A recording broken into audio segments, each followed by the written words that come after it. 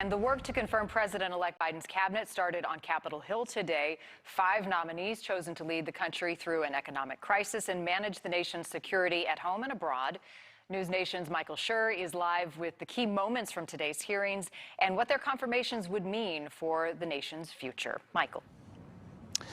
Marty, you know, it's really about what the confirmations not happening already mean. Can Joe Biden hit the ground running? He has this ambitious plan as president that he's going to try and put into place. Today, the Senate returning to Washington. They haven't been here since they were sworn in earlier this month. The House had been here to vote on impeachment, and then they left, and now everyone is back for the inauguration. The Senate got right down to business today, considering the first 5 of Joe Biden's nominees.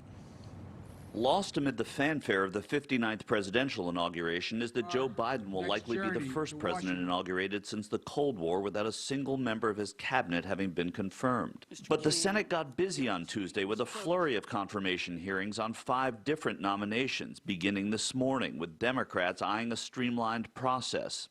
I think there will be quick votes. The country wants us to come together. They want a team in place. In the separate hearings for Janet Yellen at Treasury and for Avril Haines for the cabinet-level position of Director of National Intelligence, both the economic recovery from the COVID pandemic and the January 6th riots were brought up. We have to rebuild our economy so that it creates more prosperity for more people and ensures that American workers can compete in an increasingly competitive global economy. That the intelligence community, I think, can provide them with support on these issues, critical support, I hope. Support both in terms of identifying connections between domestic terrorist actors and international terrorist actors. Alejandro Mayorkas' nomination for Secretary of Homeland Security saw some pointed questioning. Coming into this country illegally for economic improvement, is that a valid asylum claim?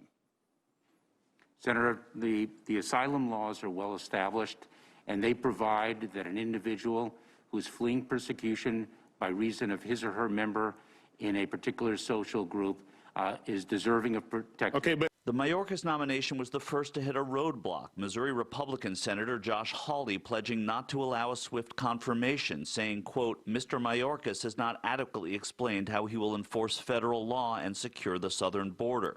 Connecticut Democrat Richard Blumenthal criticized this maneuver. I think it really would be disgraceful and shameful, but unfortunately, Senator Hawley is marching to his own drummer.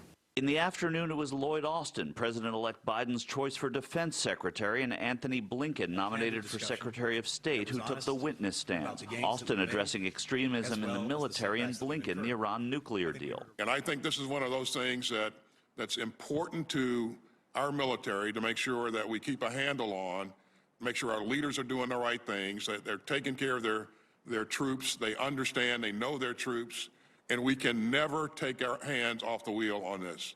In my judgment, the JCPOA, for whatever its limitations, was succeeding on its own terms in blocking Iran's pathways to producing fissile material for a nuclear weapon on short order. 3 new Democratic senators will be sworn in on Wednesday, with the confirmation hearings set to resume Thursday.